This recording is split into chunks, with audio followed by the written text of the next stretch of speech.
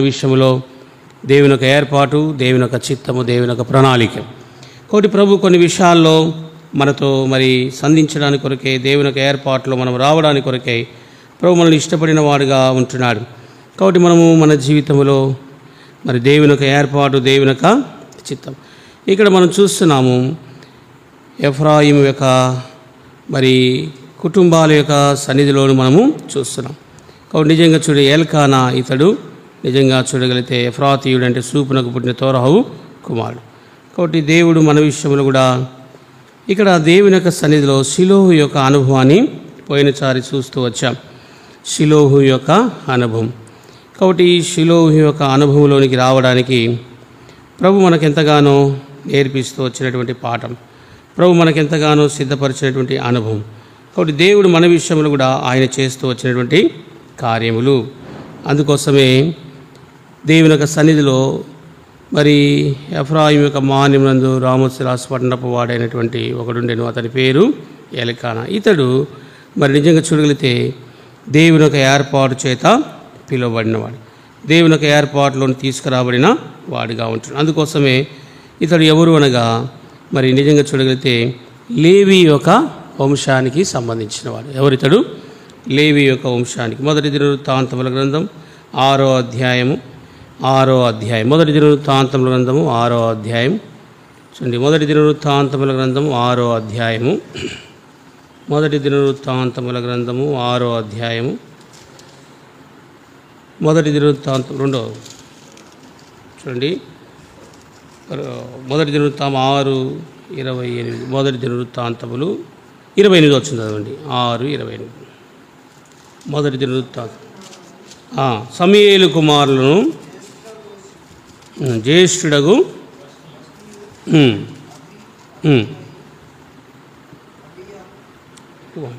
సరి చదవాల.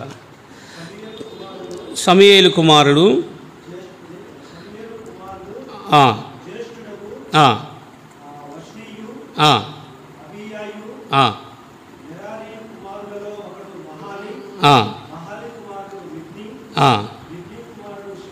సిమి 34 వచ్చింది అక్కడ క్లియరెన్స్. 34 సమూయేలు ఎల్కానాకు పుట్టెను.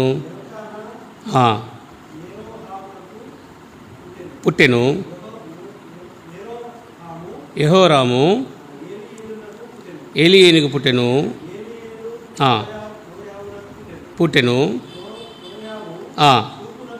సూపునకు పుట్టెను. సూపు ఎల్కానాకు పుట్టెను. కాబట్టి వీళ్ళు ఇట్లా ఒకరి తర్వాత ఒకరు వీళ్ళు దేవుని యొక్క సన్నిధిలో. అయితే ఏ వంశానికి సంబంధించిన వాళ్ళంటే వీళ్ళు లేవి యొక్క వంశానికి. కాబట్టి ఆహరోను అనగా మనము పోయినసారి ఇస్సాకారు పోయినసారి ఏం చూసినాము? పోయినసారి ఏం చెప్పినాను? ఏ వంశం చెప్పినాను? ఆ వంశం కాదు. అంటే నీ కోరాహు, దాతాన్లు వీళ్ళు లేవి వంశం కదా అనుకున్నాను. అయితే తర్వాత దీని విషయం చూస్తే ఇట్లా కనపడుతూ వచ్చింది. అయితే వీళ్ళు లేవి వంశస్థుడు. ఏ వంశము? లేవి వంశం. పోయినసారి కూడా చెప్పాను లేవి వంశస్థుడని. కాబట్టి తల్లిదండ్రులు ఎవరు చెప్పాను? కోరాహు, దాతాను వారి తల్లిదండ్రులు అనుకున్నాం. కాదు. ఎవరు వీళ్ళ తల్లిదండ్రులు? మనం చూసినటువంటి భాగంలో వారి యొక్క తల్లిదండ్రులు. అయితే వీళ్ళు ఈ ఎఫ్రాయిము చూడగలిగితే ఎఫ్రాయిము యొక్క అనుభవం. ఎఫ్రాయిము అనగా రెండంతల ఫలం. ఎఫ్రాయిము అనగా ఎఫ్రాయిము యొక్క మాన్యం అంటే రకరకాలుగా చెదిరిపోయిన జనరేషన్, రకరకాలుగా ఎంత దూరం ఉందో కాందాన్ కదా.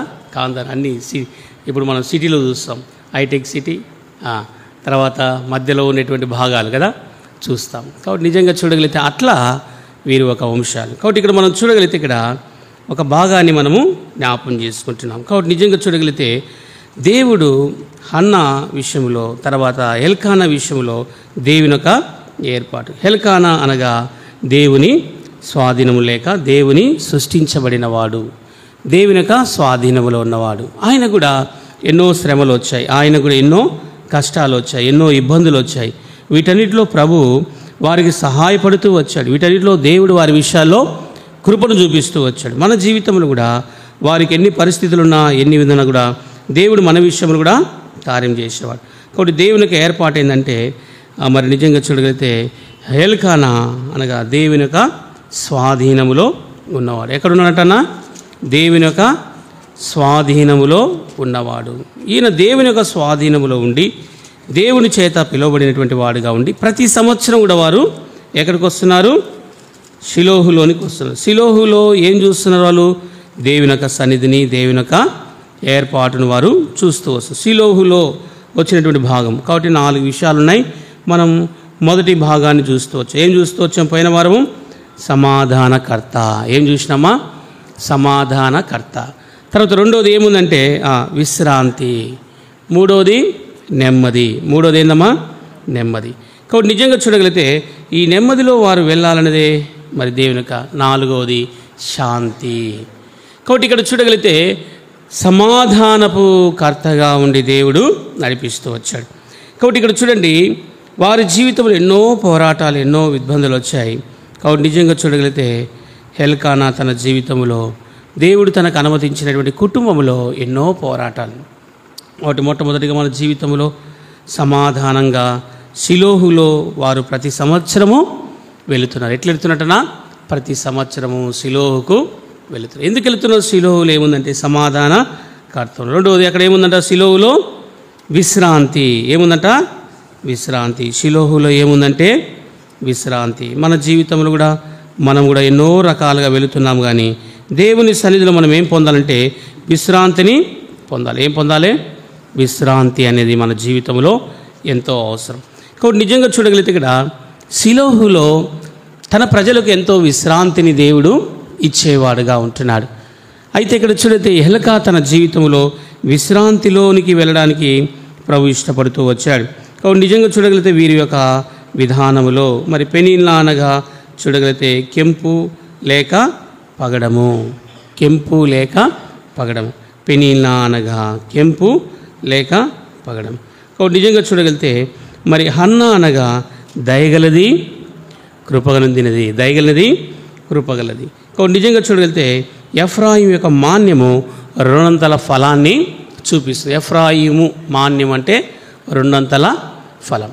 అయితే ఇక్కడ మనం ఏం చూస్తున్నామంటే దేవుని యొక్క సన్నిధిలో మరి షిలోహు యొక్క అనుభవం. షిలోహులో ఏముందంట? విశ్రాంతి. ఏముందంటే ప్రతి సంవత్సరం వాళ్ళు ఎక్కడికి వెళ్తున్నారు? షిలోహుకు వెళుతున్నారు. షిలోహుకు ఎందుకు వెళ్ళాలి? షిలోహులో మొట్టమొదటి సమాధానకర్త ఉన్నాడు. కుటుంబానికి అక్కడ సమాధానకర్తగా దేవుడు నడిపిస్తున్నాడు. వారి జీవితంలో ఎన్నో పోరాటాలు, ఎన్నో అభ్యంతరాలు ఎన్నో ఉన్నప్పటికైనా దేవుడు వారిని ఆపకుండగా దేవుడు వారిని నడిపిస్తూ వస్తున్నాడు. కాబట్టి షిలోహులో ఎవరున్నారంటే సమాధానకర్త అని చూస్తూ వచ్చాం. రెండోది ఇప్పుడు మనం ఏం చూడబోతున్నామంటే విశ్రాంతిని చూడబోతున్నాం. కాబట్టి షిలోహులో ఏముందంట? విశ్రాంతి. సమాధానకర్త ఉన్నాడు, తర్వాత విశ్రాంతి. ఎలాంటి విశ్రాంతి వాళ్ళు చూడగలుగుతున్నారు? ఈరోజు మనకు కూడా ఏం కావాలి? విశ్రాంతి కావాలి. కుటుంబానికి విశ్రాంతి కావాలి, పిల్లలకు విశ్రాంతి కావాలి, సంఘానికి విశ్రాంతి కావాలి. కాబట్టి షిలోహు యొక్క అనుభవం ఏమిటిదంటే విశ్రాంతినిచ్చేటువంటి స్థలం. మొట్టమొదటి అక్కడ సమాధానకర్త అయినటువంటి దేవుడు అక్కడ ఉన్నాడు.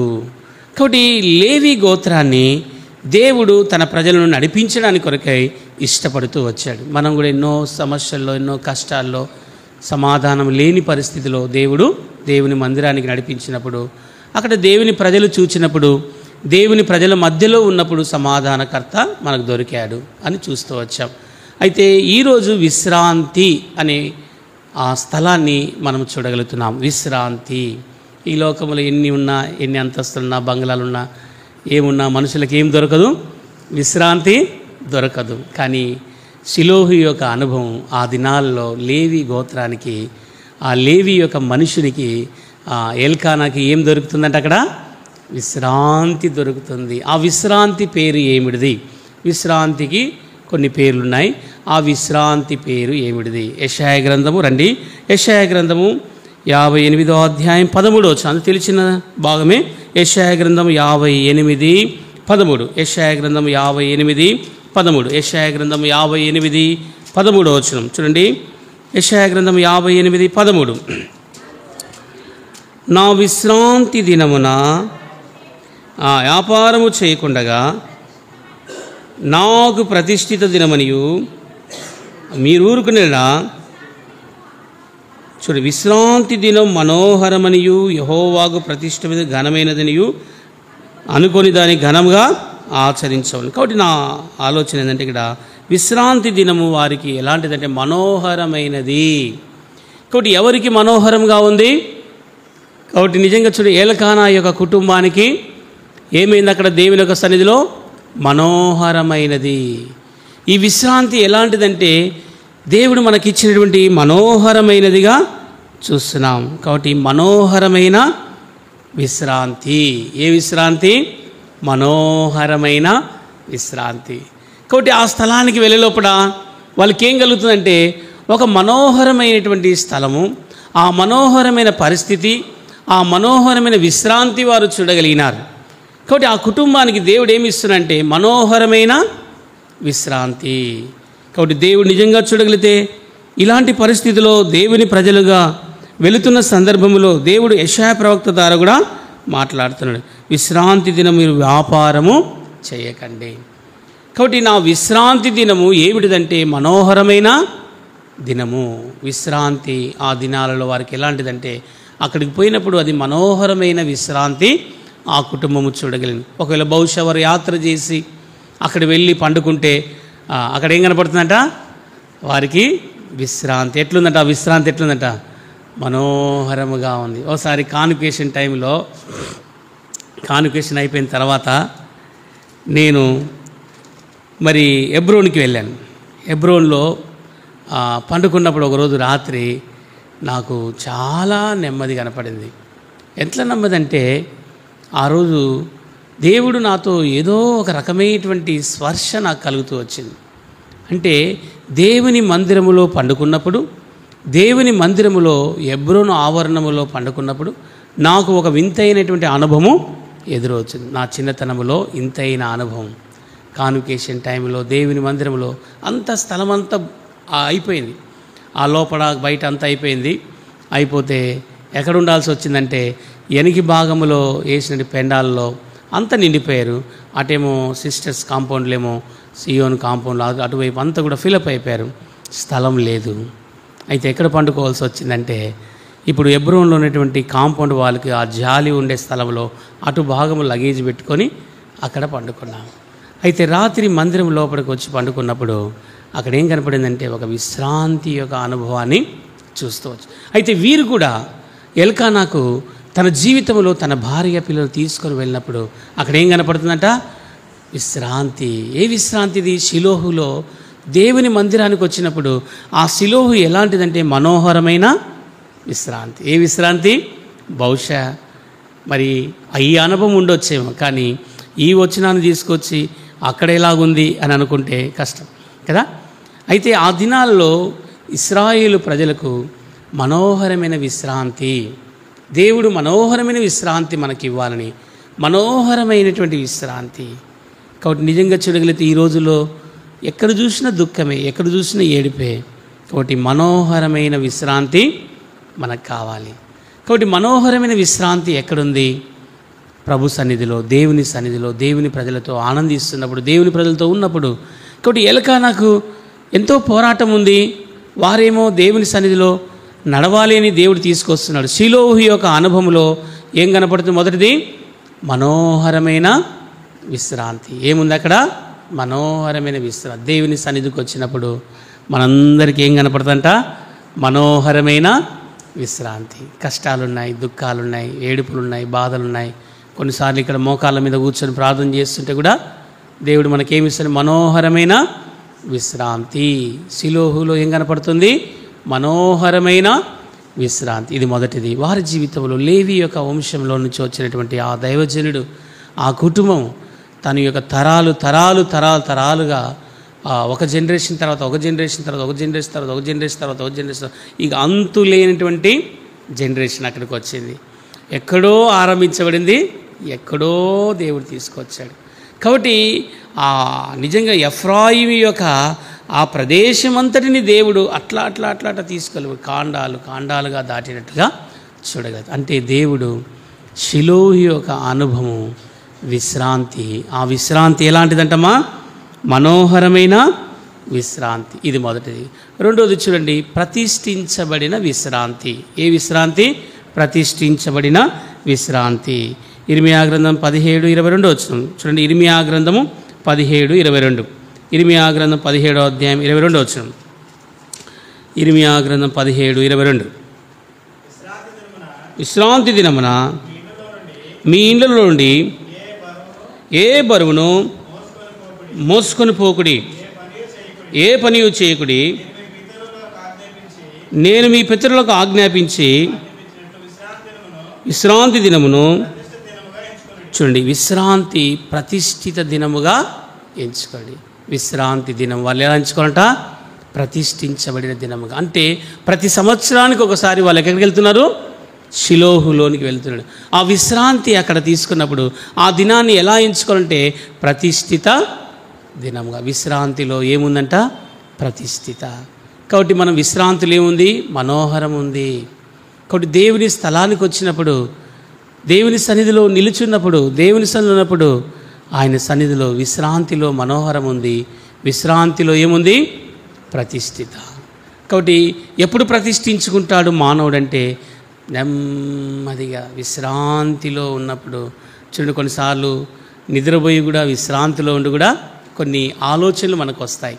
దేవుని పని ఇలా చేయాలా, లేదా దేవుని ఆలోచన ఇలా నడిపించబడాలి కదా. అప్పుడు మనం కొన్ని ఏం చేస్తాము? ప్రతిష్ఠించుకుంటాం. కాబట్టి షిలోహు యొక్క అనుభవం. రెండవది విశ్రాంతి. విశ్రాంతిలో ఏముండాలి? ప్రతిష్ఠిత. మొదటిది ఏముండాలి? విశ్రాంతిలో మనోహరమైన స్థలం. మనోహరమైన స్థలం అది, మనోహరమైన సన్నిధి, మనోహరమైన ఏర్పాటు. కాబట్టి విశ్రాంతిలో నేను ప్రతిష్ఠించుకోవాలి. దేవుని ఈ సంవత్సరము దేవుడు నీతో నాతో మాట్లాడుతున్నాడు. ఏమని ప్రతిష్ఠించుకుంటాం? ప్రతి సంవత్సరం వాళ్ళు ఎక్కడికి వస్తున్నారు? షిలోహుకు వస్తున్నారు. షిలోహులో ఏం కనపడుతుంది? అక్కడ విశ్రాంతి ఉంది. ఉందా లేదమ్మా? విశ్రాంతి ఉంది. బహుశా ఆయనకు ఇంటికి వెళ్ళే లోపల ఇంట్లో పోరాటం మొదలవుతుంది కదా. ఇంటికి పోయే లోపల ఏమవుతుంది? పోరాటం. ఆయమంటది నాకు పిల్లలు లేరంటది, ఈమంటది పిల్లలున్నా కూడా ఆమెను ఎగతాళి చేస్తుంది. నీకు గొడ్డుదానవే, నీకు పిల్లలు లేరే. ఇంత పోరాటం ఉన్నా కూడా ఎవరికి విశ్రాంతి లేదంటే ఎల్కానాకేమి లేదు, శాంతి లేదు. కానీ దేవుని యొక్క రక్షణ ఉంది, మారు మనసు ఉంది.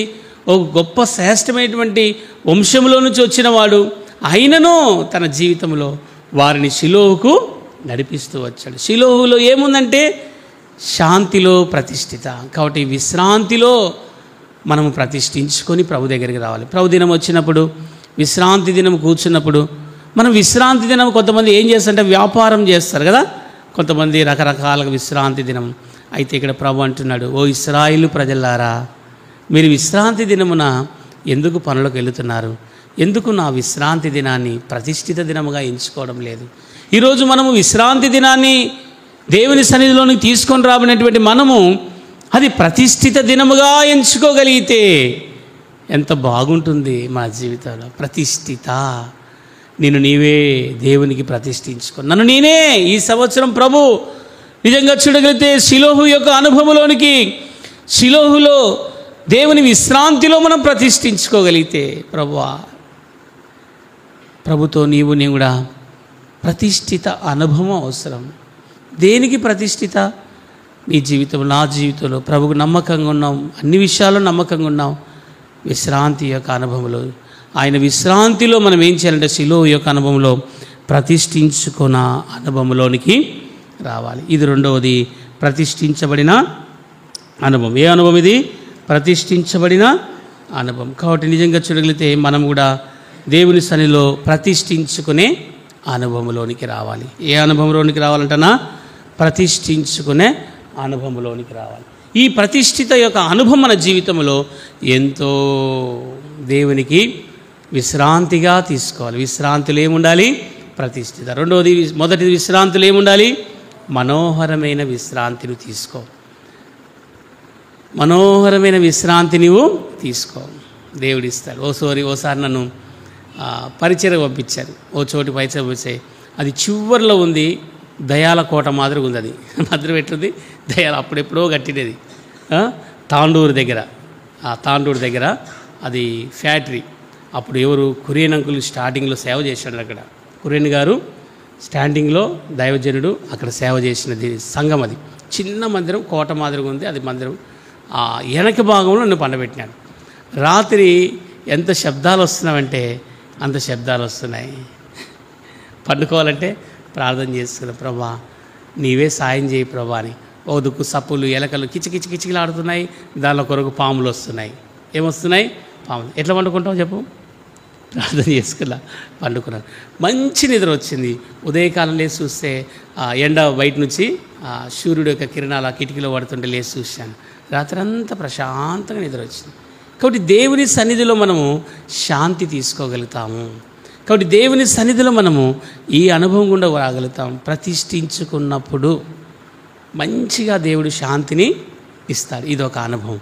కాబట్టి మూడవది ఏమిటిదంటే, నీకు శాంతి కావాలి అంటే నీ మీద దేవుని యొక్క సన్నిధిలో నువ్వు లోబడి దీనత్వంలో కిందికి రావాలి. ఎక్కడికి రావాలంట? కాడి కిందికి రావాలంట. ఎక్కడికి రావాలా? కాడి కిందికి రావాలి. మత్తయి సువార్త తెలిసిన వాక్యమే. చూడండి, మత్తయి సువార్త 11వ అధ్యాయం 28వ వచనం చూడండి. ఎక్కడికి రావాలి మానవుడు? కాడి కిందికి రావాలి. చూడండి, మత్తయి సువార్త. ప్రయాసపడి భారం మోసుకుపోతున్న వాళ్ళారా నా యుద్ధకు రండి, నేను మీకు విశ్రాంతిని కలుగజేసేదను. నేను సాత్వికుడును, దీనగల మనసును గనుక నీ మీద నా కాడి ఎత్తుకొని నా యుద్ధం నేర్చుకోండి, అప్పుడు మీ ప్రాణములకు విశ్రాంతి కలుగును. అంటే చూడండి, ఇక్కడ ప్రయాసపడి భారాన్ని మోసుకొని వెళుతున్నాం. కుటుంబ భారం ఉంది, అప్పుల భారం ఉంది, వ్యాజ్య భారం ఉంది, అనేకమైన సమస్యలు ఉన్నాయి. వీటన్నిటిలో మనము మోయలేని పరిస్థితి, శాంతి లేని పరిస్థితిలో మనం ఉన్నాం. అయితే ప్రభు అంటున్నాడు, ఎక్కడికి రావాలంటే ఆయన కాడి కిందికి రావాలంట. ఎక్కడికి రావాలా? కాడి కిందికి రావాలి. కాడి కిందికి వస్తున్నామా? కాడిని మోయాలి. కాడిని మోయడం అనేది మనకు ఒక బరువైనటువంటిది. ఈ లోకంలో మనకు దేవుడు ఒక కాడి పెట్టాడే లేదమ్మా? మనకేం పెట్టాడు? కాడి పెట్టాడే లేదా? ఏమన్నా పెట్టాడు. ఒక కుటుంబం అనే కాడి దేవుడు పెట్టాడు. ఇప్పుడు ఏం మోస్తున్నాం మనం? కాడిని మోస్తున్నాం. కుటుంబంలో భార్యను చూసుకోవాలా, పిల్లలు చూసుకోవాలా, భర్తను చూసుకోవాలా, పిల్లలు చూసుకోవాలా, బంధువులను చూసుకోవాలా, రక్త సంబంధం చూసుకోవాలా, సంఘాన్ని చూసుకోవాలా కదా. ఇవన్నీ కూడా మనకెంతో భారముతో పెట్టబడిన కాడి. ఈ కాడి మోయడము మనకు ఎంతో కష్టమైనది కదా. కుటుంబంలో ఇగ్గడం అంటే చాలా కష్టం. ఎంత ఉద్యోగం వచ్చినా అంత పెద్దలు అంటారు, ఎంత చెట్టుకి అంత గాలి. 1,00,000 రూపాయలు జీతం వచ్చినా, 2 లక్షల జీతం వచ్చినా, 3 లక్షల జీతం వచ్చినా, 5 లక్షల జీతం వచ్చినా వారికి సంబంధించినటువంటి ఎంత ఉందో అంత కట్ అవుతూనే ఉంది. ఇంకా మాకు సరిపోవడం లేదు బ్రదర్, ఏమి సరిపోవడం లేదు, ఇంకా సరిపోవడం. చూడండి, ప్రతి వ్యక్తి కూడా చిన్న స్థాయి మొదలుకొని పెద్ద స్థాయి వరకు, మధ్య స్థాయి వరకు, చిన్న సేవకుడు మొదలుకొని పెద్ద సేవకుని వరకు ఎన్నో భారాలు ఈరోజు మోస్తూనే ఉన్నాడు. అయితే ప్రభు అంటున్నాడు, నా కాడి కిందికి రండి, నేను మీకు ఇస్తాను. ఆ రోజు ఎల్కానా తాను భరిస్తున్న భారము, తాను మోస్తున్న కుటుంబం యొక్క భారము, తాను ఆ దినాలలో ఆ పరిస్థితిలో అక్కడ సిలోహుకు వెళ్ళడానికి దేవుడు తనకిచ్చిన అనుమతి ప్రకారంగా ఒకవేళ బహుశా తాను కూడా ఈ కుటుంబం అనే కాడిని మోస్తున్నాడేమో. ఎన్నో పరిస్థితులు ఎదురవుతున్నాయి. ఒక దిక్కు భార్య ఏమో తనను బాధపరిచే హన్నా తన జీవితంలో నిజంగా చూడగలిగితే నాకు పిల్లలు లేరు అని ప్రతిరోజు తన పడక దగ్గర ఈ పోరాటం జరుగుతూ వస్తుందేమో. తాను అనుకుంటున్నాడు, అయ్యో నేను ఇంత సంపాదించి ఇంత కష్టపడి ఈ భార్యలను పోషిస్తున్నాను, పిల్లలు పోషిస్తున్నాను, కానీ వీరిలో సంతోషము లేదే, శాంతి లేదే. ఇలాంటి పరిస్థితుల్లో కూడా శిలువ అనుభవం ఏంటంటే, నీ కుటుంబంలో నా కుటుంబంలో దేవుడు అంటున్నాడు, నువ్వు వేరుగా ఉండి ఏం చేయలేవు, నువ్వు తలకాయ దించుకొని కాడి దగ్గరికి రా, ఆ కాడి మోయి. నీ మీద కాడి మోపినవాడు దేవుడే. ఎవరు మోపాడంట? కాడి మోపాడంట. మన కాడి మనం ఎలాంటి వారమంట అంటే, నీవు మెడ వంచని వాడవు, నీ మెడ ఇనప నరము లాంటిదంట. ఇనప కాడి, ఇనప కంటే అంత నుదురుగా ఉంది ఈ కాడిని దేవుడు. ఈ మెడను వంచమంటున్నాడు. మనం చూస్తాం, ఎద్దు తను ఏం చేస్తుందంటే, తను యజమానుడు ఆ కాడిని పైకి లేపగానే ఏం చేస్తుందాం, అది పరిగెత్తుకొని వచ్చి ఇట్లా వంగుతుంది. కానీ ఇశ్రాయేలు ప్రజల యొక్క మెడలు ఎలాంటివంటే వంగని మెడ. ఎక్కడ చూడమా? యెషయా గ్రంథం 41. యెషయా గ్రంథం చూడండి, వారు ఎవరంటే మెడవంచని ప్రజలు అంటాడు ఒక మాట. యెషయా గ్రంథం 40 చూడండి. యెషయా గ్రంథం ఒక మాట మతుకుందా మీకేమన్నా? మెడవంచని ఇనుపనరము లాంటిదంట వాళ్ళది. ఎలాంటి వారట? వారు ఎలాంటి వారంటే 41, 43 చూడండి ఒక మాట. చూడండి 48:4 అనుకుంటాము. 40 నీవు మూర్ఖుడవనియు నీ మెడ ఎనపనరమనియు నీ నుదురు ఇత్తడి ననియు నేను ఎరిగినాను. 48:4 48:4 యెషయా గ్రంథము 48:4 చూడండి. యెషయా గ్రంథం నీవు మూర్ఖుడవనియు నీ మెడ ఇనపనరమనియు నీ నుదురు ఇత్తడిదనియు నేను ఎరిగుండి. చూడండి, ఈ స్వభావం మనలో ఉంది. అందుకే ప్రభు పిలుస్తున్నాడు, అయ్యా నా కాడి దగ్గరికి రా. ఏలైనగా పాపం వల్ల వచ్చే జీతం మరణము. కాబట్టి పాపములో జీవిస్తున్నావా? ప్రయాసపడి పాపభారం మోసుకుపోతున్న సమస్త జనులారా నా దగ్గర రండి, నేను మీకు విశ్రాంతిని ఇచ్చేదను. విశ్రాంతిలోనికి రావాలంటే నా కాడి యొద్దకు రా, నా కాడి మొయ్యి. కుటుంబం అనేది ఒక కాడి. కుటుంబంలో సమస్యలు ఉన్నాయి, కుటుంబంలో పోరాటాలు ఉన్నాయి, ఎన్నో ఉన్నాయి. నీకు శాంతి కావాలంటే, నెమ్మది కావాలంటే ఎక్కడికి రావాలి? ఆయన కాడి దగ్గరికి రావాలి. ఆయన కాడిని మోయాలి. కాడి మోస్తున్నావా? మోయడం లేదు. నీ కుటుంబాన్ని మోయడానికే, నా కుటుంబం మోసుకోవడానికే, మన పరిస్థితులు మోసుకోవడానికే సరిపోయింది. కానీ దేవుని కాడిని ఎప్పుడు మోస్తున్నాం?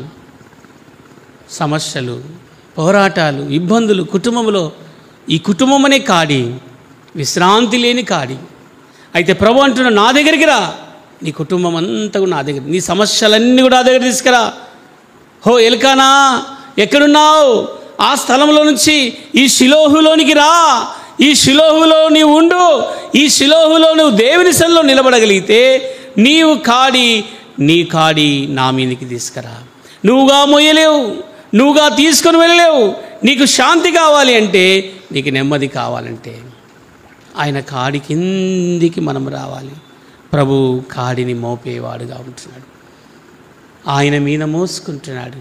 ఈరోజు నీవు కూడా ఈరోజు కుటుంబాన్ని భారాన్ని భరిస్తున్నాము, కానీ అది తీరని లోటు, ఎంతో లోతైన అనుభవంతో కూడినది.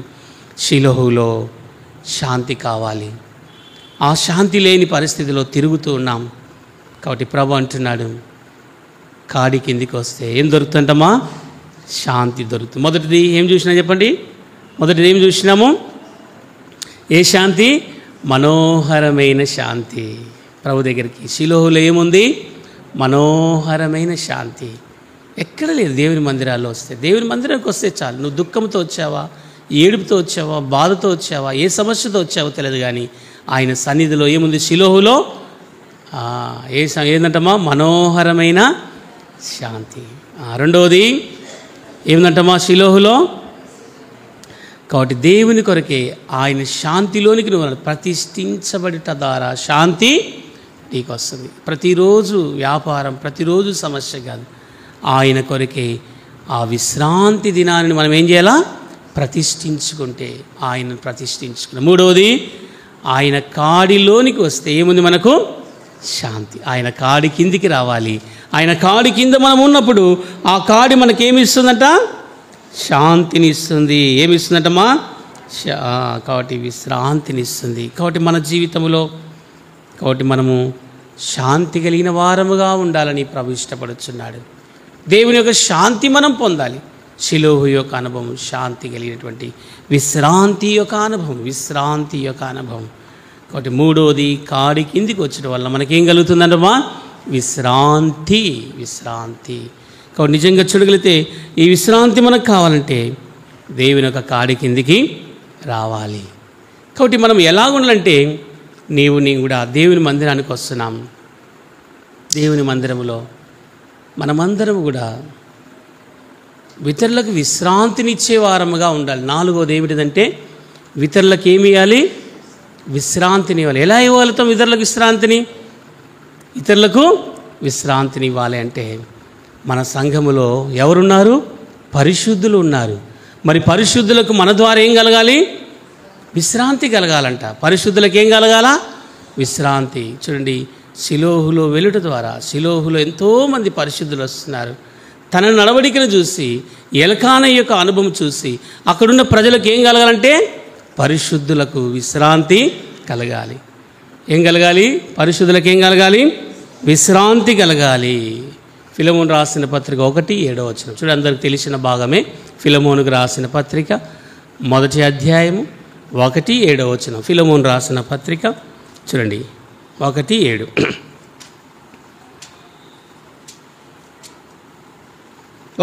చూడమ్మా. సహోదరుడా, పరిశుద్ధ హృదయములు నీ మూలముగా విశ్రాంతి పొందినందున నీ ప్రేమను బట్టి నాకు విశేషమైన ఆనందమును ఆదరణయు కలిగెను. ఎంత అద్భుతమైనటువంటి మాట చూడండి. ఇక్కడ నీ ద్వారా పరిశుద్ధులకు ఏం కలగాలి? విశ్రాంతి కలగాలి. నా ద్వారా సంఘానికి, పరిశుద్ధులకు, సంఘంలో ఉన్న ప్రజలకు, కుటుంబానికి, ఇతరులకు నేనేం కలిగించాలంటే, నేను విశ్రాంతిని ఇస్తున్నానా, లేదా వారిని దుఃఖపరుస్తున్నానా, వారిని గాయపరుస్తున్నానా, లేదా వారికి ఎలాంటి కీడు కలిగించేవాడిగా ఉంటున్నాను? అపోస్తలుడైన పౌలు ఎలాంటి విశ్రాంతి తీసుకోవడానికి ఒక వ్యక్తి ద్వారా తాను తీసుకోగలిగినటువంటి విషయం ఎలాగుందో చూడండి. ఎంత అద్భుతమైన మాట. నిజంగా చూడగలిగితే మాట చదువు. సహోదరులారా, పరిశుద్ధుల హృదయములు నీ మూలముగా విశ్రాంతి పొందినందున నీ ప్రేమను బట్టి నాకు విశేషమైన ఆనందమును ఆదరణయు కలిగెను. చూడండి, షిలోహు యొక్క అనుభవం. ఇతరులకు మన మూలమున ఏం కలగాలి? విశ్రాంతి కలగాలి. మనం చూచినప్పుడు దుఃఖపడకూడదు.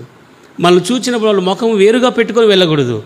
ఈయన చూస్తే నాకు చూడబుద్ధి కాదు, ఈయన చూస్తే నాకు కోపం వస్తుంది, ఎక్కని చూస్తే నాకు కోపం వస్తుంది అని అనుకోకుండా ఉన్నాయి. ప్రతి వారంలో కోపాలున్నాయి. కానీ దేవుని యొక్క షిలోహు యొక్క అనుభవం ఏంటంటే, నీ ద్వారా ఇతరులకు ఏం కలగాలి? విశ్రాంతి కలగాలి. పరిశుద్ధులు ఉన్నారు సంఘములో. మనం చూచినప్పుడు, అక్కను చూసినప్పుడు, అన్నను చూసినప్పుడు, దైవ సేవకుని చూసినప్పుడు మనలో నుంచి కోపం రాకూడదు, మనలో ఆవేశం రాకూడదు. వాళ్ళు ఎంత కోపంగా ఉన్నా నీ నమ్రత, నీ దీనత్వాన్ని బట్టి అపోస్తలుడైన పౌలు ఎంతగా సంతోషిస్తూ వచ్చాడు. తనకు ఈ మాట రాస్తున్నప్పుడు నిజంగా చూడలేదు. సహోదరుడు, పరిశుద్ధుల హృదయములు నీ మూలముగా విశ్రాంతి పొందినదని నీ ప్రేమను బట్టి నాకు విశేషమైన ఆనందమును ఆదరణను కలిగిన. అబ్బా, ఒక వ్యక్తి ద్వారా ఇంత ఉంటుందా విశ్రాంతి? చూడు, ఎల్కానాను బట్టి దేవుని యొక్క కుటుంబంలో, దేవుని యొక్క సన్నిధిలో షిలోహు యొక్క అనుభవం నీ ద్వారా, నా ద్వారా ఇతరులకు ఏం కలగాలి? విశ్రాంతి కలగాలి. పరిశుద్ధుల హృదయం నాకు తాకాల. నిన్ను చూచినప్పుడు ప్రశాంతంగా నీతో మాట్లాడి, కలవరగా బుగులుగా ఏదో పోగొట్టుకున్నట్లుగా ఆవేశంతో ఏదో ఒకటి లోపల కోపం మండుతూ ఉంటుంది. ఆ కోపాన్ని బయటికి కక్కడానికి కోసమే, అది బయటికి తీసుకురావడానికి కోసమే, దాన్ని బయటికి ప్రజలు తీసుకొని వచ్చి ఏదో తప్పుడు అభిప్రాయాన్ని తీసుకురావడానికి సిద్ధపడుతున్నావా? మంచిది కాదు సోదరుడా, సహోదరి. నీ ద్వారా పరిశుద్ధులకు విశ్రాంతి కలగాలి. నువ్వు మాట్లాడుతున్నప్పుడు ఈ మాట వారి గుండెల్లో అంబులా కుచ్చుకోకూడదు. అలా కుచ్చుకొని మాట్లాడే మాటలు దేవునికి ఇష్టం లేదు. నీ ద్వారా, నా ద్వారా, నీ మూలమున, నా మూలమున ఎవరికైనా విశ్రాంతిని ఇవ్వగలుగుతున్నామా? ఉపశమనం ఇవ్వగలుగుతున్నామా? నా మాటల్లో విశ్రాంతి కలుగుతుందా? నా మాటల్లో నెమ్మది ఉందా? నా మాటల్లో ఇతరుని నేను మరి దేవుని ఎదుగు తీసుకొచ్చే వాటి విషయాల్లో ఎలాగున్నాను? షిలోహు యొక్క అనుభవం ఏం కలుగుతుంటున్నా? పరిశుద్ధులకు విశ్రాంతి కలుగుతున్న. పరిశుద్ధుల హృదయాలు నీ మూలముగా విశ్రాంతి పొందుతున్నారు. పరిశుద్ధుల యొక్క హృదయాలకు ఏం కలిగింది? విశ్రాంతి కలిగింది. 4వది, మొదటిది ఏం చూసినా చెప్పండి. మొదటిది ఏం కలిగింది? మొదటిది ఏంది? శాంతి. విశ్రాంతి ఎలాంటిదంట? మనోహరమైన విశ్రాంతి. రెండవది ప్రతిష్ఠించుకొని విశ్రాంతిలోనికి, ప్రతిష్ఠించబడిన విశ్రాంతి. మూడవది ఏదమ్మా? నాకు వినపడతలేదు. దేవుని కాడి కిందకు వచ్చటం వల్ల నీ కుటుంబాన్ని, నా కుటుంబాన్ని, ఎన్నో ఉన్నాయి పోరాటాలు లేవని, ఆయన కాడి కిందికి వస్తే, ఆయన కిందికి వస్తే విశ్రాంతి. 4వది నీ మూలంగా, నా మూలంగా ఏం కలగాలి? పరిశుద్ధులకు విశ్రాంతి కలగాలి. అప్పుడు ఆ ప్రజలు చెప్పాలి, అయ్యా నీ వలన నాకు ఆనందము ఆదరణ కలిగిందయ్యా, ఆదరణ కలిగింది. ఎంత అద్భుతమైన మాట! పరిశుద్ధులకు విశ్రాంతి కలగాలన్నదే దేవుని యొక్క ఉద్దేశం. కాబట్టి నిజంగా చూడగలిగితే దేవుని యొక్క ఉద్దేశం, దేవుని యొక్క సంకల్పం. 5వది నిర్గమాకాండము. నిర్గమాకాండ 16వ అధ్యాయం 23వ వచనం. 5వ చూడండి, నిర్గమాకాండ 16:23. 16:23 నిర్గమాకాండ 16వ అధ్యాయం 23వ వచనం. 16:23 16వ అధ్యాయం 23వ వచనం. అందుకు అతడు, యెహోవా చెప్పిన మాట ఇదే, రేపు విశ్రాంతి దినము, అది యెహోవాకు పరిశుద్ధమైన విశ్రాంతి దినము. కాబట్టి రేపు యెహోవాకు విశ్రాంతి దినం, యెహోవాకు పరిశుద్ధమైన విశ్రాంతి దినం. యెహోవాకు, దేవునికి విశ్రాంతి దినము కావాలి. దేవునికి ఏ విశ్రాంతి కావాలంటే పరిశుద్ధమైన విశ్రాంతి. ప్రభు సన్నిధిలో ఇశ్రాయేలు ప్రజలు తన జీవితంలో అందుకు అతడు, యెహోవా చెప్పిన మాట ఇదే, రేపు విశ్రాంతి దినము, అది యెహోవాకు పరిశుద్ధమైన విశ్రాంతి దినము. యెహోవాకు పరిశుద్ధమైన విశ్రాంతి దినము. కాబట్టి దేవునికి విశ్రాంతిని ఇచ్చేటువంటి దినాన్ని మనం ప్రతిరోజు ఆరంభిస్తూ రావాలి.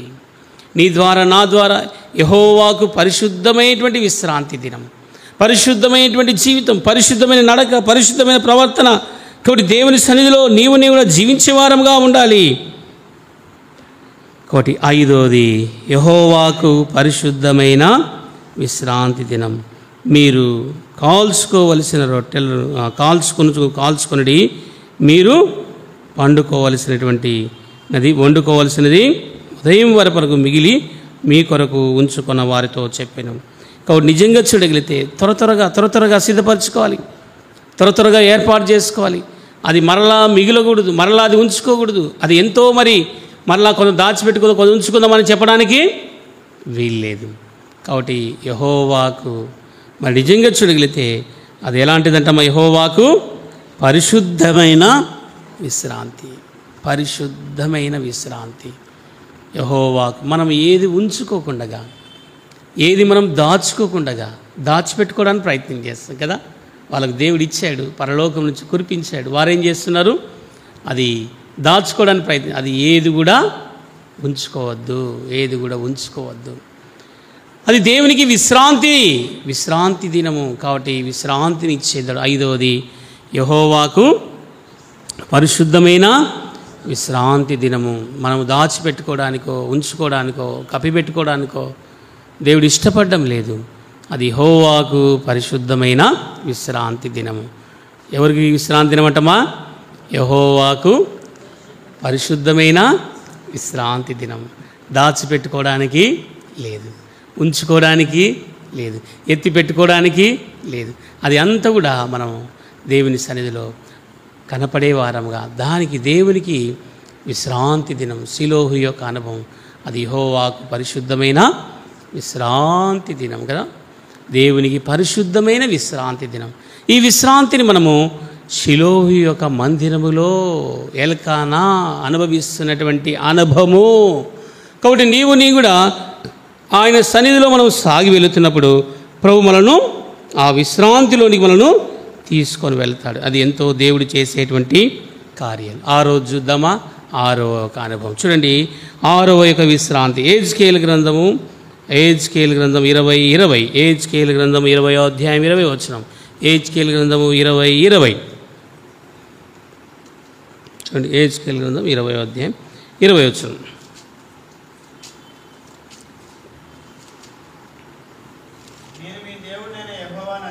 మీరు మీ దేవుడైన యెహోవానని మీరు తెలుసుకున్నట్లు ఆ విశ్రాంతి దినములు నాకును మీకును మధ్యన విశ్రాంతి ఎలా ఉండాలంట? సూచనలుగా. నాకును నీకును మధ్య ఎలా ఉండాలి? సూచనలుగా ఉండాలి. కాబట్టి షిలోహు యొక్క అనుభవం తన ప్రజలకు సూచనలుగా ఉంది. వారు ప్రతి సంవత్సరము షిలోహునకు ప్రయాణము సాగుతుంది. ఆ ప్రయాణము యొక్క దినములు వారికి ఎలాగున్నాయి? సూచనగా ఉన్నది. అది విశ్రాంతి దినము. ఆ విశ్రాంతి దినానికి మనం వెళ్ళాలి, అక్కడ కుటుంబంగా కనపడాలి. ఈ ప్రయాణం యొక్క దినములన్నీ కూడా వారికి సూచనలుగా ఉన్నాయి. దేవుని యొక్క ప్రజలు, దేవుని యొక్క మందిరం, దేవుని యొక్క ఏర్పాటు, ఈ అనుభవం గుండా మనం తీసుకొని వెళ్ళాలి. కాబట్టి దేవుడికి మన మధ్యలో సూచనలుగా ఉన్నాయి. విశ్రాంతి అనేది దేవుడు మనకి ఇచ్చినటువంటి ఏర్పాట్లు రావడానికి. కాబట్టి ఆ విశ్రాంతి దినములు నాకును మీకును మధ్య సూచనలుగా ఉండును. ఆరోది, ఆ విశ్రాంతి దినము నాకును నీకును మధ్య ఎలా ఉన్నాయంటనా? సూచనలుగా ఉన్నాయి. మర్చిపోవద్దు, దేవుని యొక్క షిలోహు యొక్క అనుభవం. ఆరోది, నీకు నాకు మధ్యగా విశ్రాంతి దినములు ఉన్నాయి. అవి ఎలాంటివంట? సూచనలుగా ఉన్నాయి. దేవుడు షిలోహు యొక్క అనుభవంలో, షిలోహు యొక్క దర్శనము, షిలోహు యొక్క ఏర్పాటు, షిలోహు యొక్క సన్నిధి, దేవుని యొక్క ప్రత్యక్షత, దేవుని యొక్క ఏర్పాటు, దేవుని యొక్క ప్రణాళిక, దేవుని యొక్క చిత్తము, ఈ అనుభవం గుండా ప్రభువును తీసుకోవాలని ప్రభు ఇష్టపడుతున్నాడే. దేవుని సన్నిధిలో నీవు నీ కూడా షిలోహులో విశ్రాంతి దినములు సూచనలుగా ఉన్నాయి. దేవుడు నడిపించేటువంటి ఏర్పాటు, దేవుడు వాడుకునేటువంటి ఏర్పాటు, దేవుడు మనకు సిద్ధపరిచినటువంటి ఏర్పాటు, దేవుడు మన కొరికే సిద్ధపరిచాడు. ఇదన్నోది, ఆరోది. మొదటిది ఏం చూసినాం? ఏ విశ్రాంతి? మనోహరమైన విశ్రాంతి. రెండవది ప్రతిష్ఠితమైన విశ్రాంతి. మూడవది కాడి కిందికి వచ్చేటువంటి విశ్రాంతి, ఆయన కాడి కిందికి రావాలి. నాలుగవది పరిశుద్ధులకు విశ్రాంతి కలగజేసేది. ఐదవది కాబట్టి యెహోవాకు పరిశుద్ధమైనటువంటి విశ్రాంతి దినం. ఐదవది ఏమంటమ్మా? సూచనలుగా ఉండాలి. ఎవరికంటే మనం ఎలా ఉండాలి? ఐదవది సూచనలు. నాకును నీకును మధ్య సూచనలుగా ఉండాలి. ఆ విశ్రాంతి దినము నీకును నాకును మధ్యలో ఎలాగుండాలి? సూచనలుగా ఉండాలి. వెళ్ళాలి. సూచించేదిగా విశ్రాంతి దినాన్ని, దేవుని విశ్రాంతిలోనికి వెళ్ళేటువంటి మనం ఎల్కానా యొక్క జీవితంలో మధ్యగా ఏముందంట? సూచనలుగా ఉంది. దేవుడు మనల్ని నడిపించే అనుభవంలోనికి తీసుకురావడానికి ప్రభు మనల్ని ఇష్టపడేవాడుగా ఉంటున్నాడు. ఆయన మనను ఆ అనుభవంలోనికి తీసుకురావడానికి ఇష్టపడుచున్నాడు. ఏడవది చూద్దామా? ఏడవది లూకాసు వార్త 4వ అధ్యాయం 31. 4:31 లూకాసు వార్త 4:31 ఏడవది చూడండి. అప్పుడు ఆయన గలిలయలోని కపెర్నౌము పట్టణమునకు వచ్చి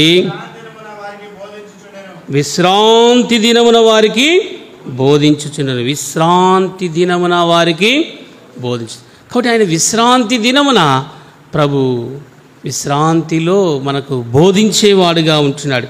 కాబట్టి ఇక్కడ చూడు, అప్పుడు ఆయన కపెర్నౌములో పట్టణమునకు వచ్చి విశ్రాంతి దినమున వారికి బోధించుచుండెను. విశ్రాంతి దినమున ప్రభు తన ప్రజలకు ఏం చేస్తంట? బోధిస్తాడు. మాట్లాడేటువంటి విశ్రాంతి. ఏ విశ్రాంతిది? ప్రభు మనతో మాట్లాడేటువంటి విశ్రాంతి.